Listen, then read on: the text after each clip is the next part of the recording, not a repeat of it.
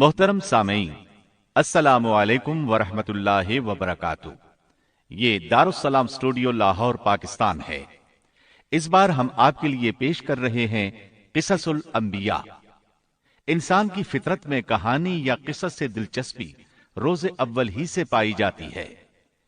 قصص کا لفظ عام طور پر کہانی یا داستان کے لیے استعمال ہوتا ہے، لیکن قرآن مجید میں انبیاء کے جو قصے بیان کیے گئے ہیں ان کی غرض و غایت کچھ اور ہی ہے۔ اللہ تعالیٰ نے انسانیت کا آغاز فرماتے ہی انبیاء کا سلسلہ شروع فرمایا۔ انبیاء اور رسول پے در پے آتے رہے۔ کہا جاتا ہے کہ رسولوں کی تعداد 300 سے زائد ہے اور انبیاء کی تعداد 1,24,000 سے زائد ہے۔ گویا اللہ تعالیٰ نے بنی نوع انسان کو سیدھا راستہ دکھانے کے لیے اتنی بڑی تعداد میں انبیاء اور رسول مبعوث فرمائے۔ قرآن کریم کے بیان کردہ قصص حقیقت پر مبنی ہیں، اس لیے دوسرے تمام قصص اور واقعات سے امتیازی حیثیت رکھتے ہیں۔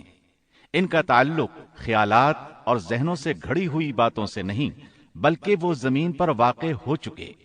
انسانوں نے اپنی زندگی کے مختلف ادوار میں ان کا مشاہدہ کیا، اور پھر یہ واقعات اس لحاظ سے بھی منفرد ہیں کہ عبرت کا باعث ہیں۔ قرآن کریم کے یہ قصص لطف اندوز ہونے کے لیے ہرگز نہیں سنائے گئے، بلکہ ان سے تو بنی نوع انسان کو سیدھا راستہ دکھانا مقصود ہے۔ یہ مقصد تھا کہ انسانیت عبرت پکڑے، روز جزا کے بارے میں آنکھیں کھول لے، ان واقعات کو سن کر اور پڑھ کر اپنا راستہ منتخب کر لے۔ گزشتہ انبیاء کی امتیں جو بھیانک جرائم کرتی رہی ہیں ان سے اپنا دامن بچا لے۔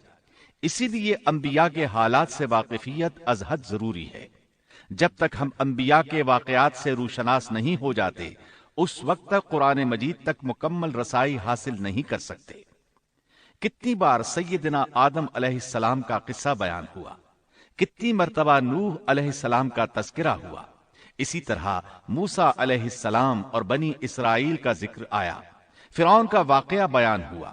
موسیٰ علیہ السلام اور فرعون کا ذکر تو قریب 70 مقامات پر آیا ہے، اور مسلسل قصہ بیان ہوتا رہتا ہے۔ کتنی سورتوں کا نام انبیاء کے ناموں سے منسوب ہے۔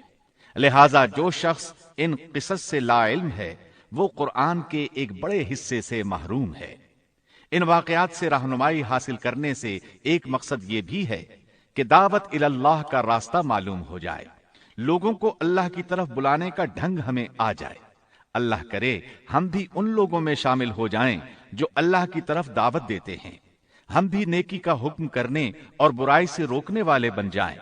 امر بالمعروف اور نہی عن المنکر کے صحیح راستے پر چلنا اس وقت تک ممکن نہیں جب تک کہ ہمارے سامنے کوئی ایسا نمونہ موجود نہ ہو جس کے مطابق ہم اپنے آپ کو چلا سکیں۔ اور صاف ظاہر ہے سب سے عظیم اور بے مثال نمونہ نبی اکرم صلی اللہ علیہ وسلم کی مبارک شخصیت ہے، جیسا کہ اللہ تعالیٰ فرماتے ہیں لَقَدْ كَانَ لَكُمْ فِي رَسُولِ اللَّهِ أُسْوَةٌ حَسَنَةٌ۔ یقیناً تمہارے لیے رسول اللہ کی زندگی بہترین نمونہ ہے۔